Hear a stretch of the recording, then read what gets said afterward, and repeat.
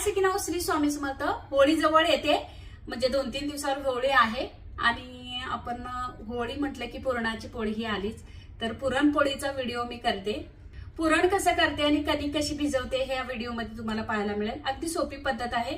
प्रत्येकाची वेगवेगळी करण्याची पद्धत असते. ही आमची कोल्हापूरची पद्धत आहे. पाण्यामध्ये कणिक भिजवून मग आम्ही ती कणिक तिंबून मग कणिक बनवतो. ती कशी बनते आणि पुरणपोळ्या कशा बनतात ते या व्हिडिओमध्ये पाहायला मिळेल. आता गुढीपाडव्याला पण आम्ही पुरणपोळ्या करतोच, पण होळीला कसं पुरणाचा नैवेद्य असतो, त्यामुळे होळीला सगळीकडे पुरणपोळी करतातच. इथे मी 2 कप गव्हाचं पीठ घेतलेलं आहे. एकदम बारीक चाळणीने चाळून घेतलेलं आहे आणि याच्यामध्ये अर्धा कप मी मैदा टाकते. जर तुम्हाला मैदा टाकायचा नसेल तर पूर्ण गव्हाचं पीठ घेतलं तरी चालेल. म्हणजे आपली डाळ 300 ग्रॅम आहे तर 2.5 कप पुरवतो. इथे चवीला मीठ हे मिक्स करून घेते. आता याच्यामध्ये 1 ते 1.5 चमचा तेल आहे ते मी टाकते. तेल टाकल्यामुळे पोळीला मऊसूतपणा येतो. आता हे पूर्ण असं चोळून घेतल्यानंतर आपण थोडं थोडं पाणी टाकून मळून घेऊया. आता कणकेमध्ये मी हळद टाकत नाही, ह्याच्यामध्येच तेवढं टाकते. पुरणामध्ये डाळ शिजते वेळी थोडीशी हळद टाकते.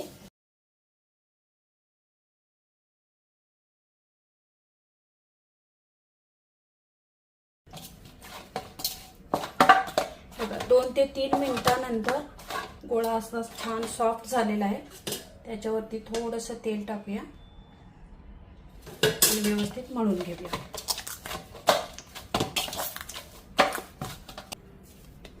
बघा अगदी घट्ट गोळा मळलेला आहे.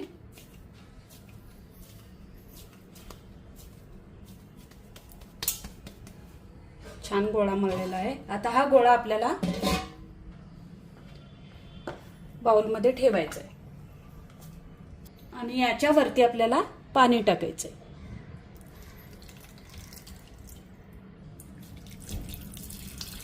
कणिक बुडेल एवढं पाणी टाकायचं. 1 तासभर अशी पाण्यामध्ये भिजत ठेवायची. 1 तासानंतर आपण बघूया. तोपर्यंत आपण पुरण करून घेऊया. इथे मी डाळ घेतलेली आहे. 2 सपाट कप घेतलेले आहे, म्हणजे पाव किलोच्या वरती ही डाळ आहे. आता आपण स्वच्छ धुवून घेऊया. चणा डाळ घेतेवेळी शक्यतो एकदम मोठी मोठी डाळ असते, ती ड्राय असते, म्हणजे सुकी असते. थोडीशी बारीक डाळ असते, आपण चकलीला वापरतो ती डाळ वापरायची. स्वच्छ धुवून घेऊयात ही डाळ.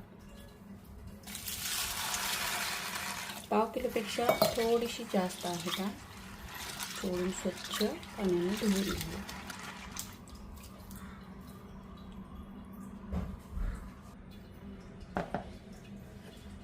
डाळ स्वच्छ धुवून घेतलेली आहे. आपण आता कुकरमध्ये टाकून घेऊया. आता कुकरमध्ये मी 4 कप पाणी घेतलेलं आहे. ह्याच्यामध्ये थोडीशी हळद टाकूया. थोडीशी हळद आणि 2 चमचे तेल. आता हे पाणी उकळून घेऊया. इथे 4 कप पाणी घेतलेलं मी. अजून 1 कप टाकते, म्हणजे आपल्याला ह्या डाळीचं येळवणी काढता येईल आणि कटाची आमटी करता येईल. पाणी उकळू दे. पाण्याला खळखळून उकळी आली की आपण धुवून घेतलेली डाळ टाकायची आणि कुकरचं झाकण न लावता 5 मिनिटं पाण्याला उकळी येऊ द्यायची आणि मगच आपण झाकण लावून 1 किंवा 2 शिटी काढून घ्यायची, म्हणजे चांगली डाळ शिजली जाईल. पाण्याला उकळी येते, पण हा वरचा फेस जो आहे तो काढून घ्यायचा, म्हणजे डाळ अगदी छान अशी शिजली जाईल. आता 2 ते 3 मिनिटं पाण्याला उकळी आलेले आहे आणि ती डाळ आहे ती शिजत आहे. आपण आता झाकण लावूया.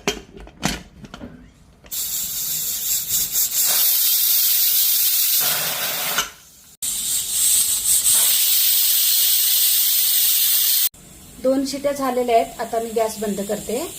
चला, कुकर थंड झालेला आहे. आपण उघडून बघूया. कणिक पण तिकडे भिजलेली आहे. डाळ व्यवस्थित शिजलेली आहे. आपण बघूया.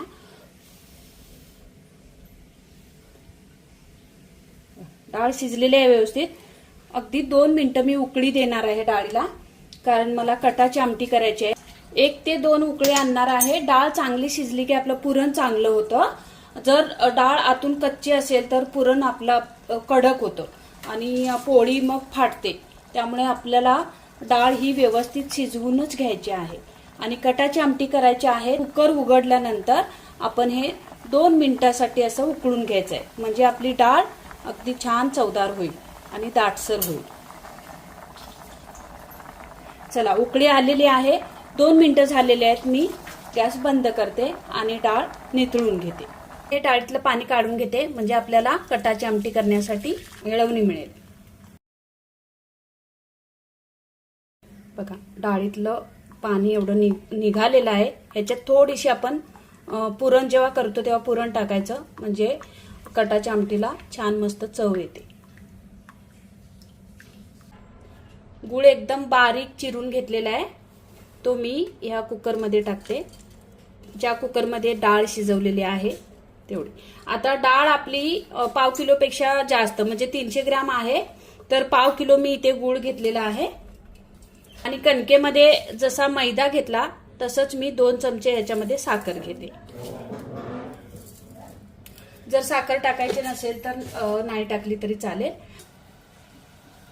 आता गूळ वितळेपर्यंत मी ह्याच्यामध्ये 1 चमचा तूप टाकलेला आहे. पोळी अगदी खमंग रुचकर होते त्याच्यासाठी. आता गूळ थोडासा मी मिक्स करून घेते. गूळ आधी मी का वितळवून घेते, पुरण पटदिशी होतं म्हणून.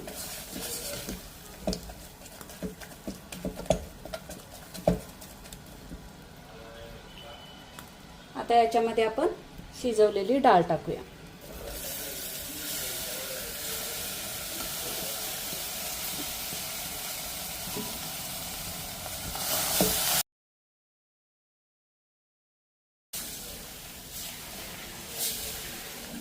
डाळ छान शिजलेली आहे. मीडियम गॅस करून आपल्याला हे पुरण शिजवून घ्यायचंय.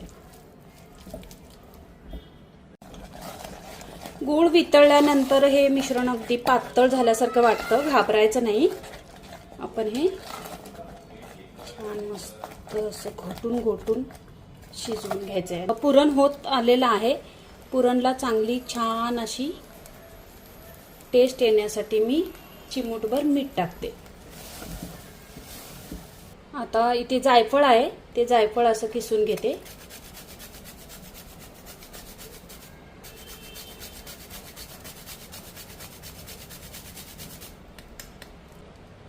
आणि वेलची पावडर टाकते.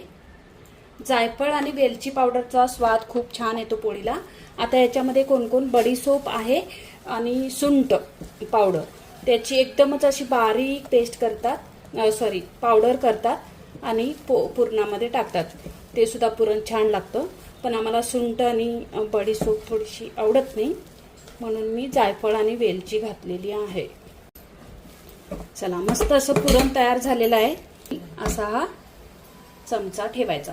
चमचा उभा राहिला की आपलं पुरण तयार झालंय. आता मी गॅस बंद करते आणि लगेचच गरम आहे तोपर्यंत आपण पुरण तयार करून घेऊया. पुरण ह्याच्यामध्ये घ्यायचं. एक भांडं ठेवलेलं आहे खाली आणि चाळण ठेवलेली आहे आणि गरम आहे तोपर्यंतच आपण हे पुरण असं करून घ्यायचं. छान मस्त छान मस्त झालेलं आहे पुरण. असे पूर्ण पुरण मी करून घेते.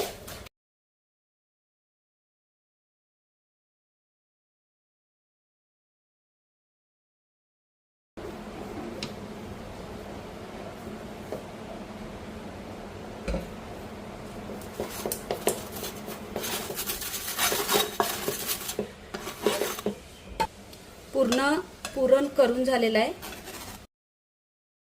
मस्त झालेलं आहे पुरण, जसं आपल्याला पाहिजे होतं तसंच.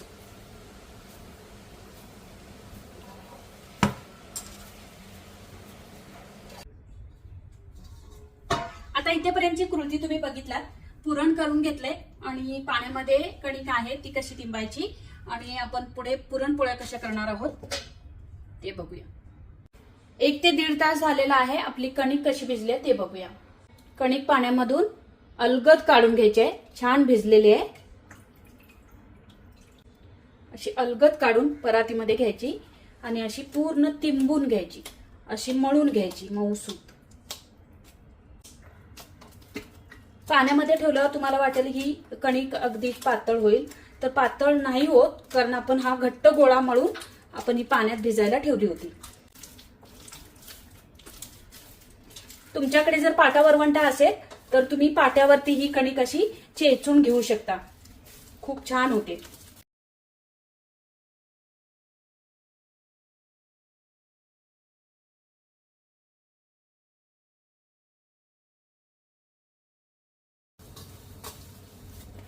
खूप आता ही मळून घेतलेली आहे. खूपच म्हणजे खूप मळावी लागते. एकदम छान झालेले आहे बघा.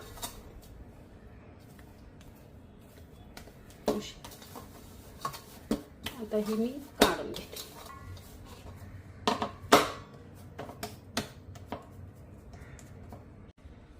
आता इथे मी कॉटनचा कपडा घेते आणि पळपोटाला बांधून घेते.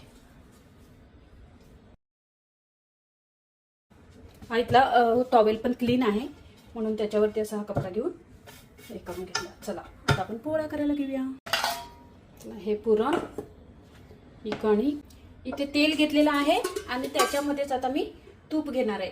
तेल तूप, तुम्ही तूप जर घ्यायचं असेल तर पूर्ण तूप घेऊ शकता. मी तेल आणि तूप एकत्र घेतलेलं आहे. पोळी लाटण्यासाठी गव्हाचंच पीठ घेतलेलं आहे. मैदा कधीही वापरायचा नाही, नाहीतर पोळी आपली स्मूथ होत नाही. आणि पिठाचा आता गोळा करून घेऊया छान मस्त. कणिक किती छान झाली बघा, मस्त. आता पोळी तुम्ही दोन प्रकारे करू शकता. अशी जर पोळी तुम्हाला येत नसेल तर तुम्ही 2 पाती लाटून मग पोळी करू शकता.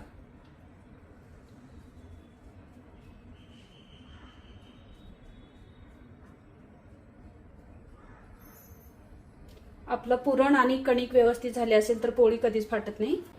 आता आपण पुरण घेऊया भरपूर असं.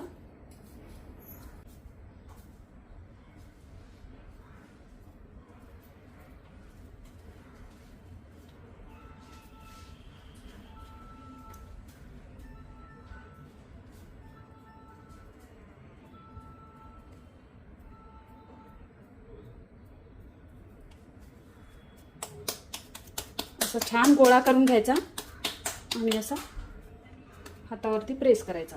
छोटीशी आधी अन्नपूर्णेसाठी पोळी करूया.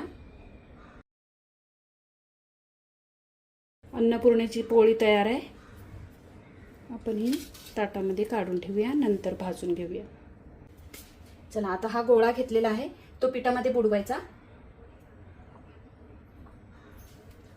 बाकीचं पीठ असं काढून घ्यायचं आणि हलक्या हाताने असं त्याच्यावरती प्रेस करायचं.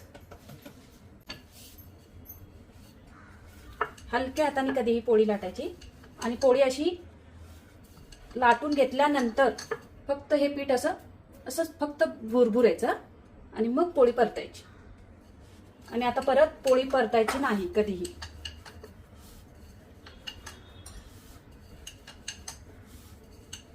आपलं पुरण बघा सगळीकडून एकत्र झालेलं आहे. आता ह्या पुरणपोळीचा व्हिडिओ मी का दाखवते, कारण पुरणपोळीच्या ऑर्डर आता आम्हाला नेहमी असतात, तर पुरणपोळी अशा पद्धतीने आम्ही करतो. जेवढी तुम्हाला लाटता येतील तेवढी लाटू शकता. बघा मस्त झालेली आहे, छान. आता आपण तवा तापायला ठेवलेला आहे. ही पोळी भाजून घेऊया. अन्नपूर्णेची पोळी आपण आधी भाजून घेऊया.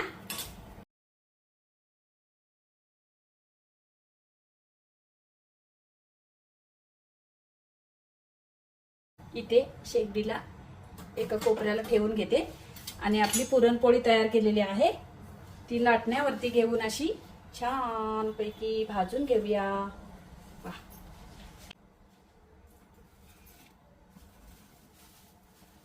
तेलच टाकाय नाही तव्यावर.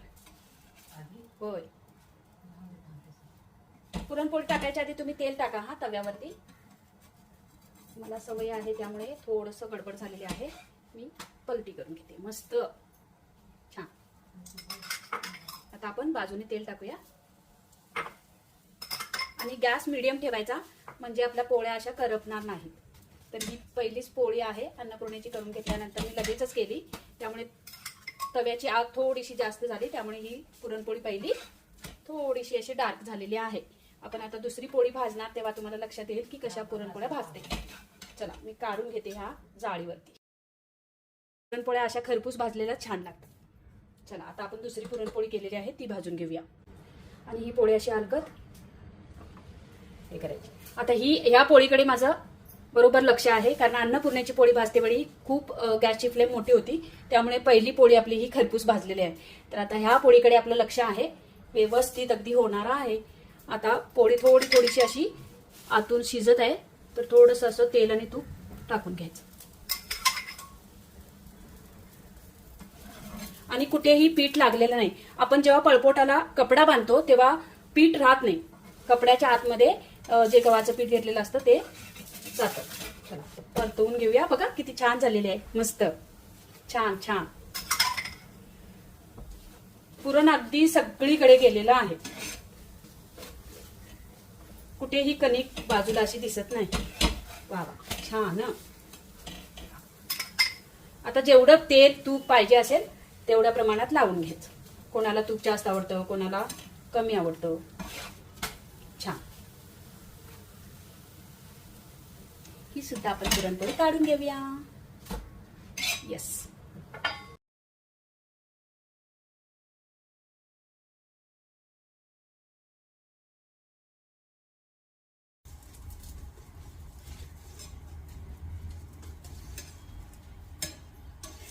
मस्त फुगली दिसते तिथे. माझ्याकडे बिडाचा तवा आहे, जरा बघते ह्या तव्यावरती पुरणपोळी येते का. आता इथे थोडंसं काहीतरी ठेवायला पाहिजे, बघूया. थोडंसं आधी तेल लावून घेते. अच्छा असं. हां, तव्याला तेल लावलेलं आहे. आपण आता ही पोळी टाकून घेऊया.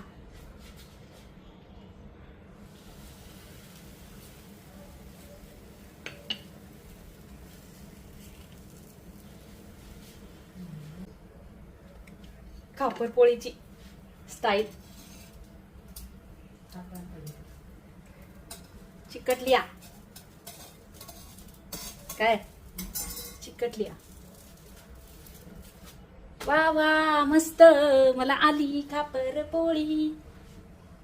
हे खापर नाही पण बिडाचा तवा आहे, त्यामुळे मी त्याच्यावर करून बघूया म्हटलं. अजून पातळ करणार आहे आता पुढची पोळी, आणि कशी होते ते बघूया. मस्त रे. अरे अरे अरे, सवय नाही ना आपल्याला. अरे सवय नाही मला, ते धरून काय हे होईल की. अरे देवा बाई, कसं करत असतील लोक. मस्त. बघूया आपली खापरपोळी कशी लागते बिडाच्या तव्यावरची. आता फुगायला लागली. मस्त मस्त. हा बाबा, आली आली. थोडीशी खालून खरपूस भाजू दे, मग आपण काढून घेऊया. आणि मग दुसरी पण भाजून बघूया. अजून पातळ करते पोळी, बघूया. हा छान झालेली आहे. वा मस्त झालेली आहे पोळी. आपण याच्यावरती काढून घेऊया आणि दुसरी पण भाजूया.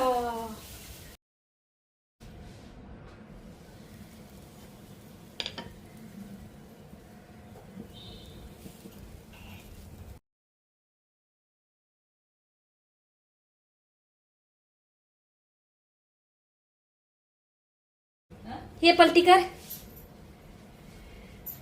आता हाताला चटका न बसणारी बाई. हा पलटी मारे, येणू पलटी मारून देते. हा ऐक, मस्त रे. अशाच खापरपोळ्या करतात. आता हे पण मारायचंय पलटी. एवढं लावत नाही ते, पण आपल्याला जरा तेल तूप आवडतं ना. हा मारा पलटी. हा मस्त सुंदर झालेली आहे खापरपोळी. म्हणजे खापरपोळी करण्यासाठी हा बिडाचा तवा वापरू शकतो. छान. दोन्हीही तव्यावरच्या आपल्या पोळ्या तयार झालेल्या आहेत. मी ह्याच्यावरती काढून घेते. मला आता मजा येते पोळ्या करायला.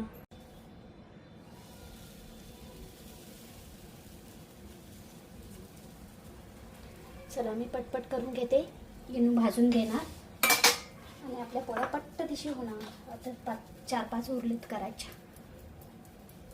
वरतीच तेल टाकणार काय बघ. कर पट्टी.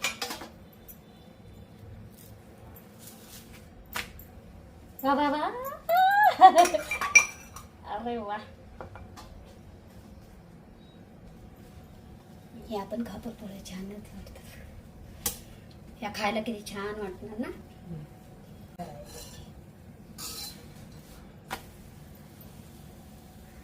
जबरदस्त जबरदस्त. अरे मगापासून का सुचलं नाही. तेच ठेवला असता ना तवा.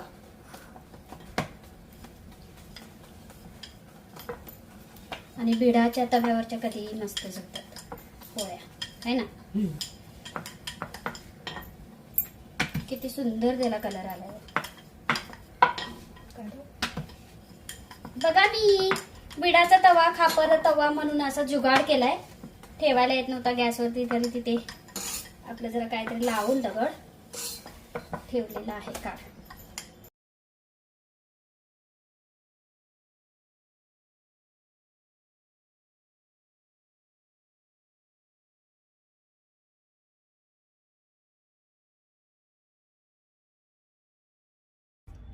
पुरणपोळ्या करून झालेल्या आहेत आणि छान मस्त 300 ग्रॅमच्या पोळ्या तरी किती 15-16 झालेल्या आहेत. आणि पोळ्या करता करता 4 पोळ्या झाल्यानंतर मला कळलं की माझ्याकडे बिडाचा तवा आहे. तर बिडाचा तवा असा वापरूया म्हटलं पाठीमागच्या बाजूनी. तो आपण फक्त भाकरीला वापरतो. जसं खापर असतं तसं पलटी मारून आपण पुरणपोळी येते काय बघूया. तर इतकी सुंदर आली. प्रत्येक पोळी तुम्हाला दाखवावीशी वाटत होती. फक्त मी खापरा म्हणजे बिडाच्या तव्यावरती केलेले आहेत पाठीमागच्या बाजूला. ते पातळ केलेले आहेत खूप अशा. म्हणजे आम्हाला पातळ पोळी आवडते. पण माझ्याकडे जेव्हा ऑर्डर असते तेव्हा अशा मऊ लुसलुशीत पोळ्या तयार झालेल्या असतात. खूप सुंदर आणि इतक्या मऊसूत पुरणपोळ्या ह्या तुम्ही 2 ते 3 दिवस अशा व्यवस्थित अशा राहतात. आणि 2 ते 3 दिवस नाही, आठवडाभर पण राहतात. पण मऊ सूत अशा आठवडाभर पुरणपोळी राहते. आठवडाभर कोणी ठेवत नाही. 2 ते 3 दिवसात पुरणपोळी संपवली जाते. पुरणपोळी करायला मला काही कंटाळा येत नाही कारण गुढीपाडव्याला नेहमीच पुरणपोळीची ऑर्डर असते. तर ह्या वर्षी ही 300 पोळींची ऑर्डर आहे आणि आता होळीला पण ऑर्डर आहे. पण ऑर्डरच्या पुरणपोळ्या मी कशा बनवते आणि अशा पद्धतीने बनवते म्हणून मी हा व्हिडिओ केला आहे. तर हा व्हिडिओ तुम्हाला कसा वाटला. व्हिडिओ आवडला तर नक्की लाईक करा, कमेंट करा, खूप सारे मैत्रिणींना शेअर करा. पाण्यात भिजवलेली कणिक इतकी सॉफ्ट होते आणि इतक्या छान होतात पुरणपोळ्या. तुम्ही एकदा नक्की करून बघा. आणि हा व्हिडिओ आवडला तर नक्की लाईक करा, कमेंट करा, खूप साऱ्या मैत्रिणींना शेअर करा. थँक्यू. श्री स्वामी समर्थ. भेटूया आपण आता पुढच्या व्हिडिओमध्ये.